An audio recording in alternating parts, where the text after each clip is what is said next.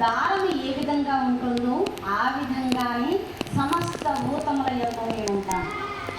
జగములన్నిటికీ కూడా మూలము నా అంశం. నన్ను ఎరుగుటయే జ్ఞానము అనబడుతుంది. కర్మ అనేది నా నిర్మితము కనుక ఎటువంటి ఫలాపేక్ష లేకుండా నా యందు జ్ఞానం చేత భక్తి చేత సమస్త కర్మలను కూడా నాకు అర్పించి గెలుపు ఓటముల యందు సమబుద్ధి కలిగి యుద్ధం చేసేటటువంటి వాడికి ఏ విచారము అంటదు. కనుక సమస్త కర్మ ఫలితములు నాకు అర్పించు, నిన్ను సమస్త పాపముల నుండి నేను తొలగిస్తాను అని చెప్పి ఒక్కసారిగా శ్రీకృష్ణ పరమాత్మ అర్జునుడి యొక్క అలముకున్నటువంటి ఆ విచారాన్ని తొలగించాలని చెప్పి ఒక్కసారిగా విశ్వరూపాన్ని దివ్య దృష్టిని అర్జునుడికి ప్రసాదించి విశ్వరూపాన్ని ఎప్పుడైతే ప్రదర్శించాడు, తన యందే దేవ గంధర్వాది ముఖ్యులు సచరాచరమైనటువంటి జగత్తంతా ప్రకాశిస్తూ ఉండగా మణికేయూరాది భూషణాలన్నీ వెలుగుతూ ఉండగా చక్రాయుధములు ధరించి సూర్య చంద్రుడే నేత్రములు కాగా అగ్ని జ్వాలలు ముఖములందు వెలువడుతూ ఉండగా నారదాది మునీంద్రులందరూ కూడా స్వామివారి చుట్టూ తిరుగుతూ స్వామివారిని కీర్తన చేస్తూ ఉండగా భీష్మాది ఘనులు మహావీరులందరూ కూడా ఆయన గర్భాంతరముల్లోకి వెళ్ళిపోతూ ఉండగా ఒక్కసారిగా అందులో పడిపోతూ ఉండగా అనంతమైనటువంటి ఆ విశ్వరూపాన్ని ఒక్కసారిగా విజయుడైనటువంటి అర్జునుడి ముందు చూపించాడు. దుర్నిక్షమైనటువంటి ఆ విశ్వరూపాన్ని చూడలేకపోయాడు అర్జునుడు. కృష్ణ జగన్నాథ, నీ విశ్వరూపాన్ని నేను చూడలేకపోతున్నాను స్వామి, మహానుభావ, లోకరక్షక, దీనబాంధవ అని ప్రార్థన చేస్తూ ఉండగా అర్జున, నేనే లోకక్షయ కారకుడను, లోకక్షయ కారకుడైనటువంటి యముడను నేనే. ఈ భీష్మాది ప్రముఖులందరూ కూడా నా చేతనే చచ్చిపోతారు. ఈ లీలలో నువ్వు నిమిత్త మాత్రుడవు మాత్రమే.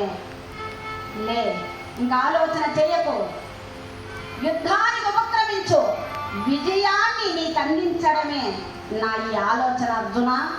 ఎప్పుడెప్పుడు ధర్మానికి హాని జరుగుతుందో అప్పుడు నా అవతారం భూమిపైన జరిగి తీరుతుంది. సాధు సజ్జలను రక్షించడం కోసం, దుష్టులను శిక్షించడం కోసం ప్రతి యుగంలో కూడా నేను అవతారాన్ని దాలుస్తూ ఉంటాను అని చెప్పి దివ్యమైనటువంటి జ్ఞానాన్ని 18 అధ్యాయాల భగవద్గీతని అలా చక్కగా జ్ఞానబోధ చేసి విశ్వరూపాన్ని ఉపసంహరించాడు భగవంతుడైనటువంటి శ్రీకృష్ణ పరమాత్మ. జయ రమారమణ గోవింద వెంకటరమణ గోవింద గోవింద. ఎప్పుడైతే స్వామివారు భగవద్గీతను వినిపించాడో ఒక్కసారిగా అన్ని విచారాలు కూడా పోగొట్టుకున్నటువంటి అర్జునుడు దివ్యమైనటువంటి తేజస్సుతో రథాన్ని అధిరోహించాడు. ధనుర్బాణాలు ధరించి నగల్లో కూర్చున్నాడు శ్రీకృష్ణ పరమాత్మ. ఉభయ సైన్యాలు శంఖధ్వనులు చేస్తుండగా ఒక్కసారిగా ఉభయ సైన్యాలు ఎదుర్కొన్నాయి. భయంకరమైనటువంటి యుద్ధం జరుగుతుంది. మహావీరులు, అతిరథులు, మహారథులు, అశ్వాది దళాలు, గజాది దళాలు, పదాది దళాలు ఒకరు ఇంకొకరితో యుద్ధం చేయకూడదు. రథం మీద ఉండేటటువంటి వాడు రథం మీద ఉండేటటువంటి వాడితోనే యుద్ధం చేయాలి. ఏనుగు మీద ఉండేటటువంటి వాడు ఏనుగు మీద ఉండేటటువంటి వాడితోనే యుద్ధం చేయాలి. గుర్రం మీద ఉండేవాడు గుర్రం మీద ఉండేటటువంటి వాడితోనే యుద్ధం చేయాలి. నేలపైన ఉండేటటువంటి వాడు నేలపైన ఉండేటటువంటి వాడితోనే యుద్ధం చేయాలి. ఇది ధర్మం. ఆ ధర్మాన్ని అతిక్రమించకుండా హోరాహోరీగా యుద్ధం చేస్తూ ఉన్నారు. అటువంటి సమయంలో ఉత్తరుడు ఒక్కసారిగా భీష్ముల వారిని తగిలాడు. భీష్మ పితామహ, పాండవ సైన్యాన్ని నువ్వు నేలకు గోలకు తెస్తున్నావు.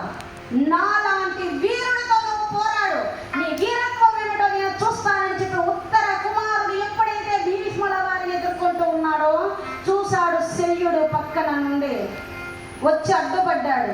ఉత్తర, నీ ముఖానికి భీష్మ పితామహుల వారు కావాలా అని చెప్పి ఒక్కసారిగా శక్తిని అలా బిండ సంధించి ఎప్పుడైతే లాగి వదిలిపెట్టాడో ఉత్తరుడు అనేక బాణాలు